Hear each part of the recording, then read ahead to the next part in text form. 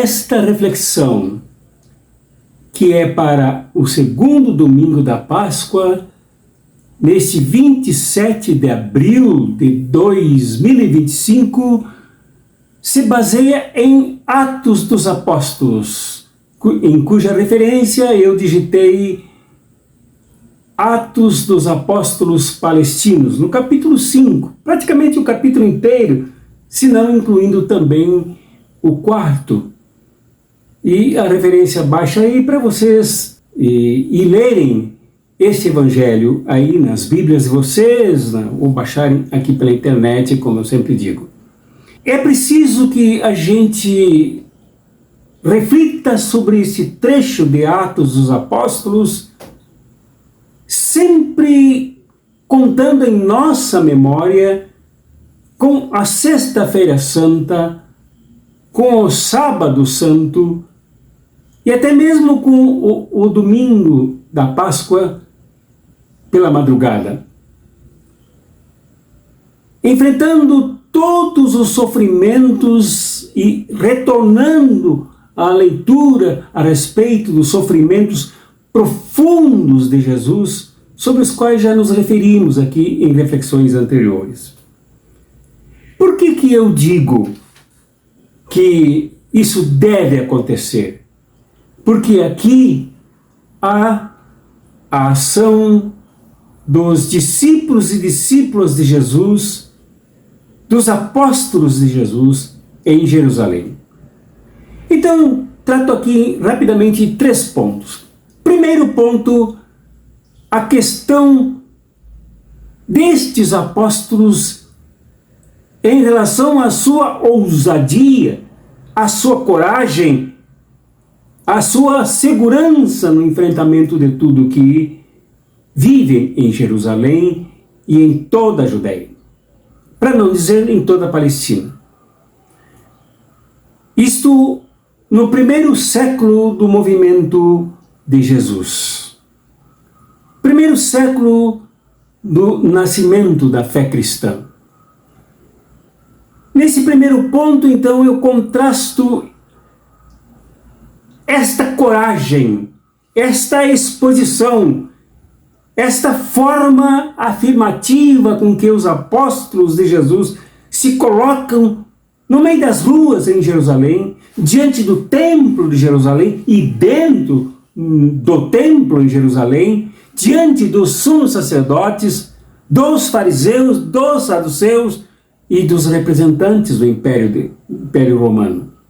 Isto contrasta muito com o que ocorreu a partir da Quinta-feira Santa, se acentuando Sexta-feira Santa e se carregando de sombras na própria manhã da Páscoa.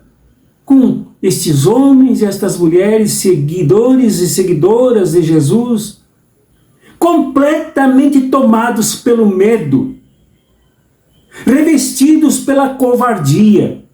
E aqui não falo de forma agressiva, de forma negativa, mas é como os evangelhos descrevem o estado destes homens e destas mulheres. E eu diria mais, o que ocorreu em Jerusalém, o que ocorreu em toda a Palestina, na perseguição sofrida por Jesus, realmente acuou estes homens e estas mulheres, os esmagou profundamente, porque não era brincadeira. Ali estava o poder armado, o poder invasor, o poder militar. Naquela região atuava a religião absolutamente segura de que era dona da verdade, com as suas instituições imponentes, a começar pelo templo, que era a marca maior da representatividade desta falsa segurança religiosa. E todos se somaram para perseguir Jesus, e não somente Jesus, mas aos seus seguidores. Então isso os intimidou, porque eles, estes discípulos, e elas, estas discípulas, não tinham nenhum amparo institucional. Diferentemente dos fariseus, dos sumos sacerdotes, dos levitas, enfim, todo o corpo eclesiástico, religioso, institucional, que tinham lá o seu templo, tinham lá todo o seu aparato religioso, aparato institucional e até o aparato militar. O próprio Caifás tinha a seu serviço uma força de guardas armadas, tanto que esta guarda prendeu Jesus. E os discípulos o que tinham? Jesus o que tinha? Do ponto de vista de alguma segurança institucional, de alguma organização que o amparasse, que o protegesse, que lhe desse segurança, bem como aos seus discípulos. Não tinham absolutamente nada. E o medo tomou conta deles. No entanto, aqui em Atos dos Apóstolos, nos capítulos 4, 5 e daí em diante, mas principalmente me centro nesses 2 capítulos, se vê exatamente o contrário.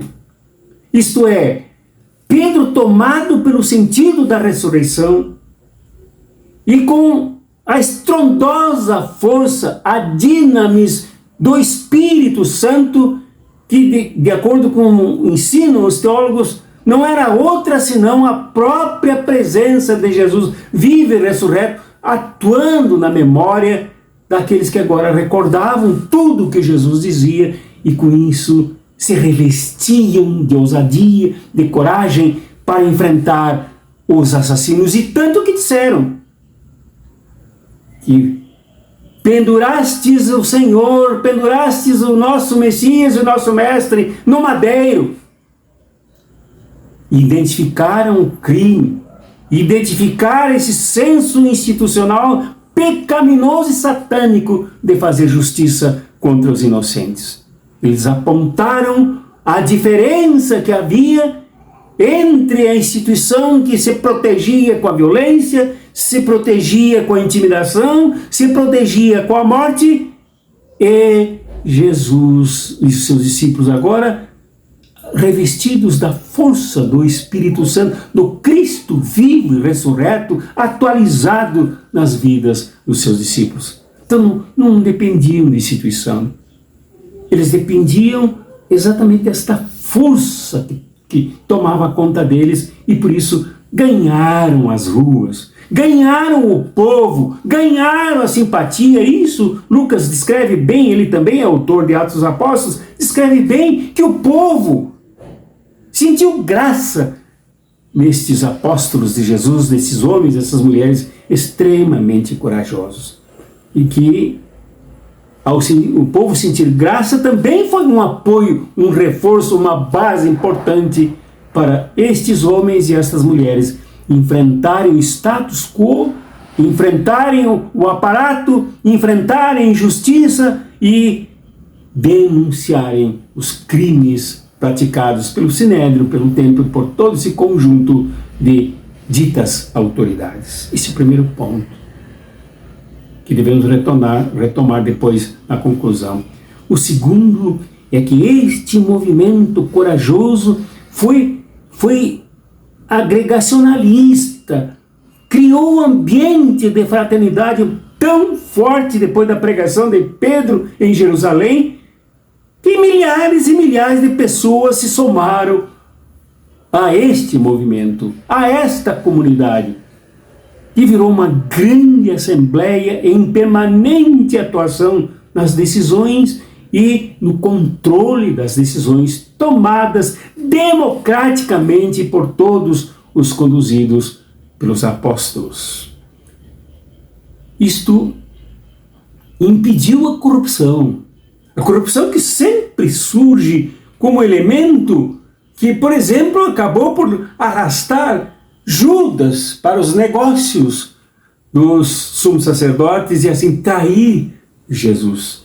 A corrupção que sempre tende a visitar e a tentar aqueles que seguem Jesus diante de uma institucionalidade que não existe, mas um movimento que é muito forte, Isto é muito bem representado no caso de Ananias e Safira.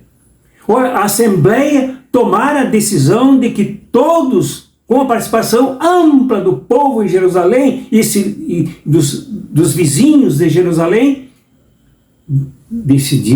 todos decidiram que, diante de tantas necessidades, de tantas carências, de tanta miséria, tanta pobreza, era preciso que todos vendessem tudo que tinham e repartissem entre os necessitados, dando mais para quem menos tinha, à medida da necessidade de cada um. E Ananias e Safira rompem essa decisão coletiva em assembleia, na eclésia. Rompem e tentam corromper os próprios apóstolos, enganar aquilo que eles Pedro chamou de serem tomados por Satanás, porque Satanás, no Novo Testamento, principalmente, sempre é uma referência ao mal, uma referência à tentação, a referência ao encolhimento diante da manobra dos poderosos. No entanto, Ananias e Safira foram tomados e, ao venderem as terras, tiraram uma parte para seus interesses pessoais, para os seus negócios pessoais, para a sua família, e a outra, já dilapidada, foi entregue aos apóstolos, mas eles souberam disso. Souberam, criticaram profundamente estas raízes do poder dominante, essas raízes da classe dominante, essas raízes inoculadas, brotadas nas almas, nas consciências das pessoas, que não conseguiram se limpar completamente disto, se libertar de toda essa tendência de tirar proveito do que é coletivo, tirar proveito individual do que é de todos. Então, Ananias e Safira acabaram morrendo na entrada do ambiente onde se reunia a comunidade, diante de uma crítica extremamente forte. Sim, este movimento é exemplo de justiça, de uma moralidade que alicerça, uma moralidade que é tomada por todos e cada um, que alicerça a relação ética das pessoas, um compromisso de todos aproveitando os bens para que todos sejam cuidados, sejam equitativamente socorridos em suas necessidades. Esse é mais um ponto para nós tomarmos como reflexão profunda para a nossa fé. E o terceiro e último ponto é a questão exatamente desta colagem, dessa sedimentação que houve entre todos e todas. Como diz no capítulo 4, e como disse lá no capítulo 2, de todos os que creram, era a alma e o coração. Era a alma e o coração. Mais profundo de tudo e de todos e de cada um, redundou numa fé que se desdobrou numa unidade profunda, numa koinonia, que afinal é o que justifica a assembleia, é o que justifica a comunidade, é o que justifica o sentido no Jesus vivo e ressurreto.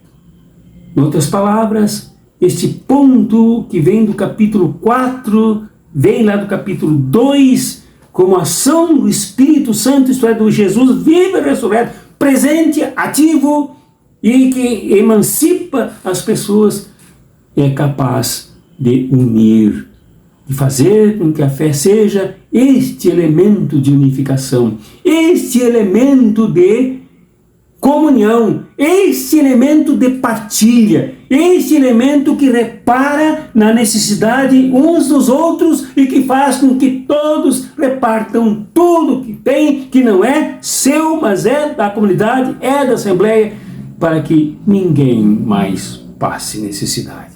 É o modelo, é o exemplo extraordinário do enfrentamento do poder dominante que age exatamente ao contrário e contraditoriamente a isso. Então, esses 3 pontos ficam conosco. Primeiro, esse Jesus vivo e ressurreto, atuante no Espírito Santo, no Espírito do ressurreto, na ressurreição que se faz ativa e age no mundo, aqui e agora, para reconhecer a opressão, reconhecer a violência, reconhecer as ameaças, reconhecer as prisões, reconhecer tudo que o sistema é capaz de dar e denunciar. Esse ponto deveria caminhar sempre conosco, inclusive hoje, na situação difícil que nós vemos no nosso país e no mundo.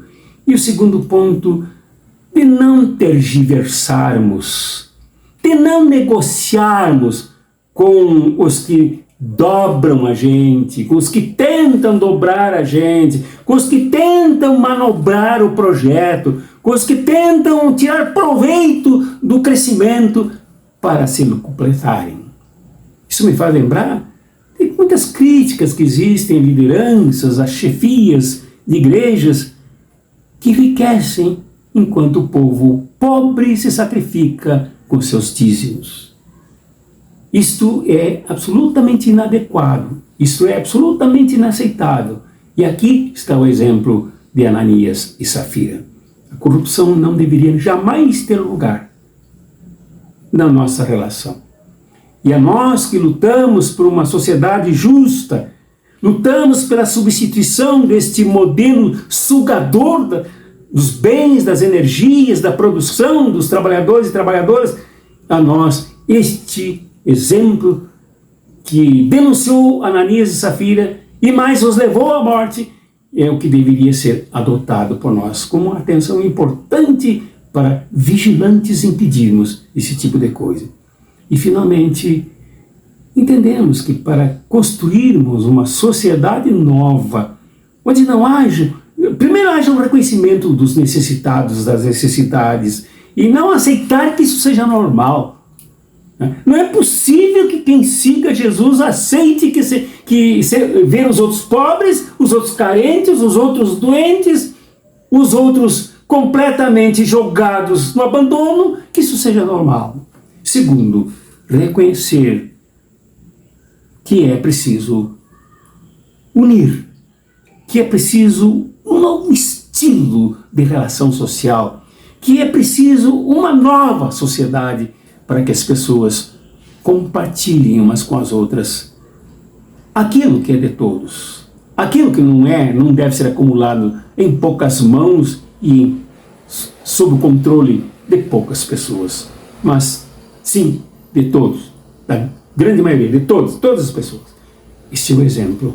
Isto é a ressurreição de Jesus. Isto é a Páscoa de Jesus. Sem isso, a Páscoa vira chocolatinho, a Páscoa vira coelhinho, a Páscoa vira Feliz Páscoa, a Páscoa vira ir à missa somente uma vez por ano, ir a um culto só de vez em quando. A Páscoa se esvazia, perde o sentido, vira só espera por outro mundo, por outra vida, sem que nós garantamos esta vida pascal de comunhão aqui e agora entre nós.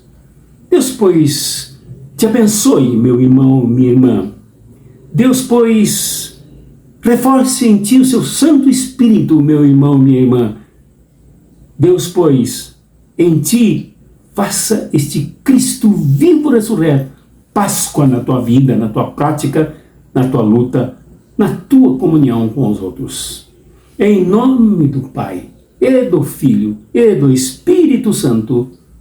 Amém.